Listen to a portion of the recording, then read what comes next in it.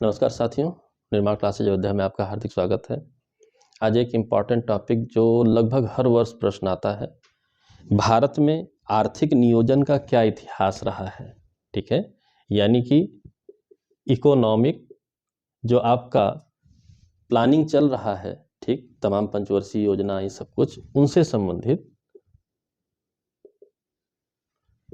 क्या इतिहास रहा है उसके बारे में जाने। लगातार हमारे प्रश्न आए हुए हैं। इतिहास तो बहुत लंबा रहा है, ठीक है, लेकिन जहाँ से प्रश्न आ रहा है वो ज़्यादा इम्पॉर्टेंट है हमारे लिए, वो ज़्यादा इम्पॉर्टेंट है। तो क्या क्या है, हम शुरुआत करते हैं 1934 से। ठीक, 1934 से हम शुरुआत करते हैं। तो 1934 से जब हम शुरुआत करेंगे तो क्या आएगा, जैसे कहने का मतलब ये है कि लंबा इतिहास है, सारी चीज़ें चर्चा में रही हैं, सब कुछ 34 से प्रॉपर क्वेश्चन टाइप के आपको मिलेंगे।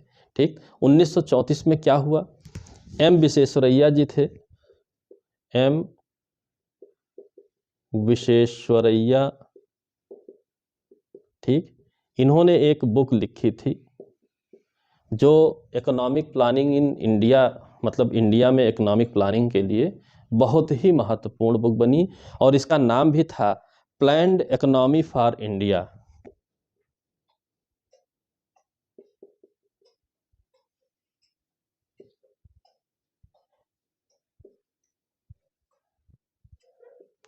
प्लान्ड इकोनॉमी फॉर इंडिया, ये बुक 20 बार प्रश्न पूछा जा चुका है। यानी भारत के परिप्रेक्ष्य में, भारत की सरकमस्टांसेस में इकोनॉमिक प्लानिंग कैसी होनी चाहिए, इस पर इनकी बुक आती है, और इतना बड़ा मार्गदर्शन करती है कि हर एक क्षेत्र में लोग सोचने लगते हैं कि भारत में इकोनॉमिक प्लानिंग की कितनी आवश्यकता है। इसीलिए इतनी इम्पॉर्टेंस होने की वजह से लगातार ये 50 सैकड़ों बार प्रश्न बना हुआ है। फिर अगला चरण क्या आता है, वो आता है 1938 में। हर क्वेश्चन को पढ़ने का अपना एक तरीका होता है, कहीं पर सन पहले लिख करके पढ़ा जाता है, कहीं पर बात लिख करके सन केवल ईयर कौन सा रहा है रेफरेंस दिया जाता है। हर जगह का अपना अलग अलग सिस्टम है। 1938 में, ठीक है, हरिपुरा अधिवेशन हुआ था कांग्रेस का, हरिपुरा अधिवेशन, ठीक है, कांग्रेस का जो वार्षिक अधिवेशन होता था वो हुआ था। ठीक, अब इस हरिपुरा अधिवेशन में क्या विशेष बात हुई, ठीक है, इसके अध्यक्ष इस अधिवेशन के कौन थे आप जानते हैं, सुभाष चंद्र बोस जी थे। ये भी आपका बहुत इंपॉर्टेंट क्वेश्चन है। इस अधिवेशन में एक समिति का निर्माण किया गया जिसका नाम था राष्ट्रीय आयोजन समिति, राष्ट्रीय आयोजन समिति, ठीक है।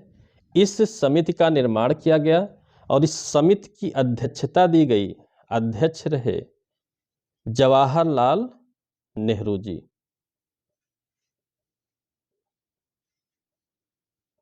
जवाहरलाल नेहरू जी इस राष्ट्रीय आयोजन समिति के अध्यक्ष बनाए गए। ठीक है, यह एक बड़ा टर्निंग पॉइंट सिद्ध होता है क्योंकि कांग्रेस लीडिंग अवस्था में थी और कांग्रेस ने भी आयोजना को, प्लानिंग को, इस बात को समझा और उस पर कैसी विचारधारा रहे, कैसी ज़रूरत रहे, हर एक चीज़ के लिए डिस्कशन के लिए इस समिति का निर्माण किया गया। अध्यक्ष जवाहरलाल नेहरू जी को बनाया गया क्योंकि उनको भारत भ्रमण करके सब चीज़ों का, ठीक है, युवा भी थे, ठीक, युवाओं के लीडर भी थे, हर एक तरीके की आइडिया थी, अमीरी गरीबी भूखमरी हर चीज़ का, तो इनको अध्यक्ष बना करके यह काम किया गया। ठीक है, इसकी जो रिपोर्ट थी कांग्रेस योजना भी कहते हैं, लेकिन उसकी आवश्यकता नहीं है, वो प्रश्न आपका नहीं बनेगा। फिर अगला जो कार्य होता है, अब सब कुछ चलते चलते 38 के बाद 1943, ठीक है, लंबी लंबी गैपिंग, आप जानते हैं 39-40 के लगभग विश्व युद्ध शुरू हो गया, तो विश्व युद्ध, द्वितीय विश्व युद्ध में सब पूरा विश्व फंस गया, भारत भी घसीट लिया गया। ठीक, तो इस दिशा में एक काम होता है श्रीमन नारायण द्वारा, ठीक है, श्रीमन नारायण जी एक व्यक्ति थे, ठीक है, फ्रीडम फाइटर थे, आइडियोलॉजिस्ट थे, हर एक चीज़ थे। 1943 श्रीमन नारायण जी, इन्होंने एक प्लान दिया, गांधीयन प्लान, गांधीवादी योजना।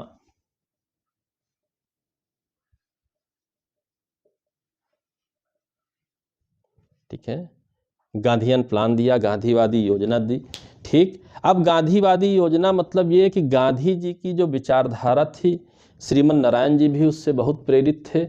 उसी विचारधारा के आधार पर भारत के निर्माण की बात की गई और किस तरह की प्लानिंग की जाए कि गांधी जी के सपनों का भारत साकार हो सके। ठीक है, इक्वलिटी आ सके, सारी चीज़ें हो सकें, उसके लिए श्रीमन नारायण जी ने, ठीक है, गांधीवादी योजना दी।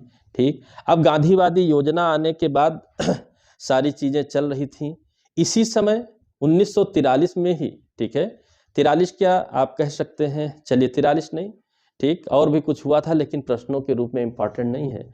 1944-45 में, ठीक है, 1944-45 में कुछ खास बात आई।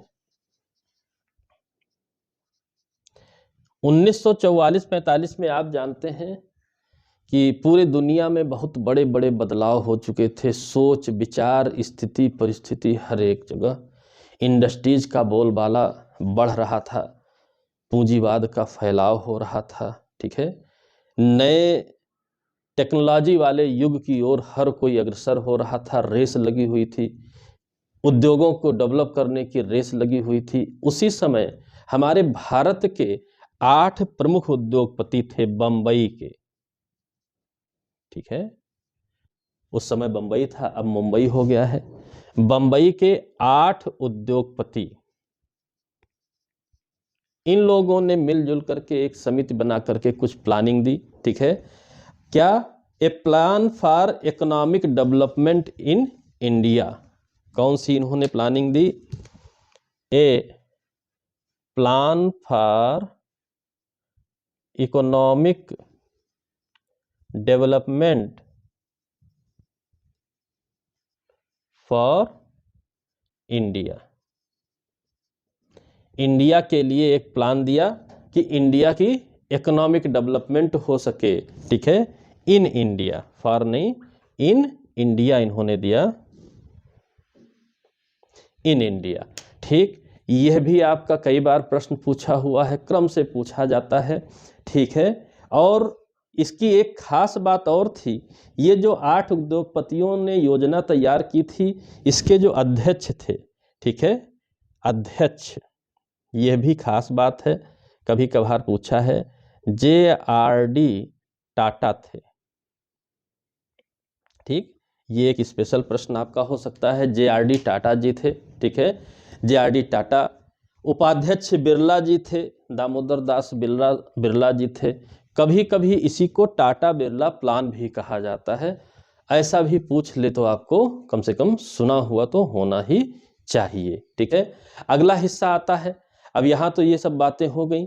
उसी समय 1945 में एक और योजना आती है, एक और प्लानिंग आती है, प्लानिंग आती है, जिसको हम लोग पीपुल्स प्लान कहते हैं।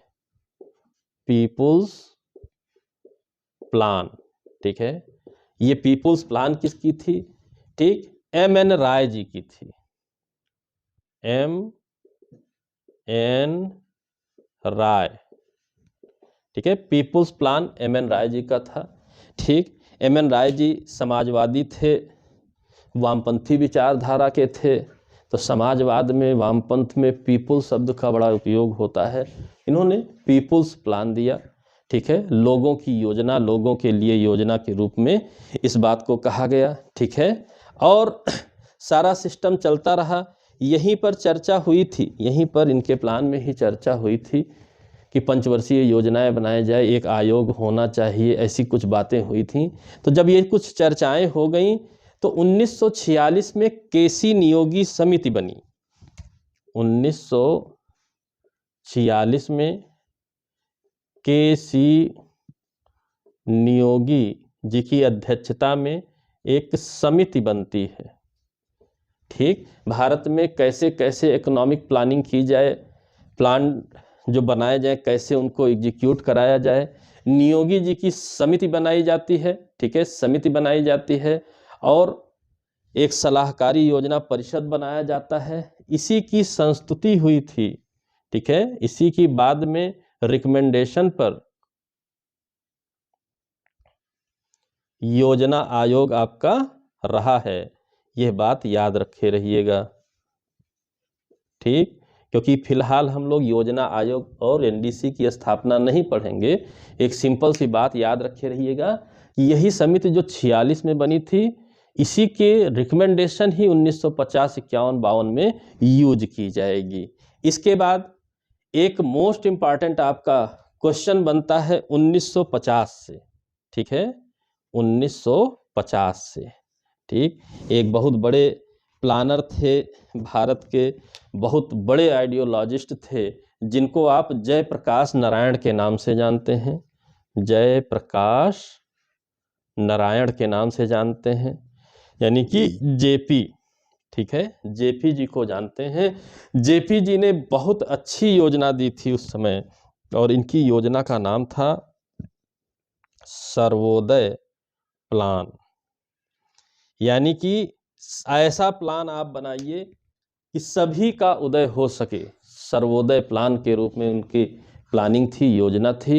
यानी कि 1934 से लेकर के 50 तक के ये क्रमशः जो प्रश्न लिखे हुए हैं, इन प्रश्नों की क्या खास बात है कि यहाँ से 100% आपके प्रश्न आने ही आने हैं, कोई ना कोई जरूर आएगा। कई बार एक से अधिक प्रश्न आए हुए हैं, सुमेलित कराने का प्रश्न आया है, हर एक चीज़ आया हुआ है, आपको ध्यान रखना पड़ेगा, ठीक है।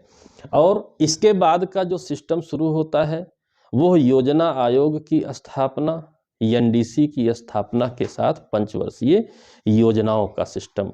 योजना आयोग और एनडीसी की स्थापना तो आप यहाँ कर सकते हैं इस पार्ट में, लेकिन फ़ायदा नहीं है, क्योंकि योजना जो हम लोगों की योजनाएं होती हैं उनकी अप्रूवल, रिकमेंडेशन, इनसे रिलेट करके क्वेश्चन पूछता है तो अधूरी बात रह जाएगी। बाकी 1950 में योजना आयोग, 52 में एनडीसी, नेशनल डेवलपमेंट काउंसिल आपकी आई थी, ये बात आप जानते हैं। तो एक सिंपल सा इतिहास रहा, इसके बाद भी सब बीता हुआ इतिहास ही है, लेकिन ये एक पार्ट माना जाता है जहाँ से हमेशा प्रश्न आते हैं, याद रखे रहिएगा। M Visvesvaraya, planned economy for India, Haripura अधिवेशन, राष्ट्रीय आयोजन समिति, श्रीमन नारायण गांधीवादी योजना, आदि उद्योगपतियों का Tata Birla plan, a plan for economic development in India, people's plan M N. Roy, K C Neogy समिति और जेपी का सर्वोदय प्लान। आशा करता हूँ आपको ये बातें समझ में आई होंगी। सीधा प्रश्न पूछता है, कोई भी स्पेशल बात नहीं रहती है, मेंटेन करिए, निश्चित है यहाँ से आपका प्रश्न जरूर आएगा। वीडियो अच्छी लगी हो लाइक करें, शेयर करें, सब्सक्राइब करें, बेल आइकन जरूर दबाएं ताकि आपको नोटिफिकेशन इसी तरह के प्रश्नों का एक सटीक उत्तर के साथ उत्तर मिलता रहे। मिलते हैं अगले वीडियो में, तब तक के लिए जय हिंद, जय भारत, धन्यवाद।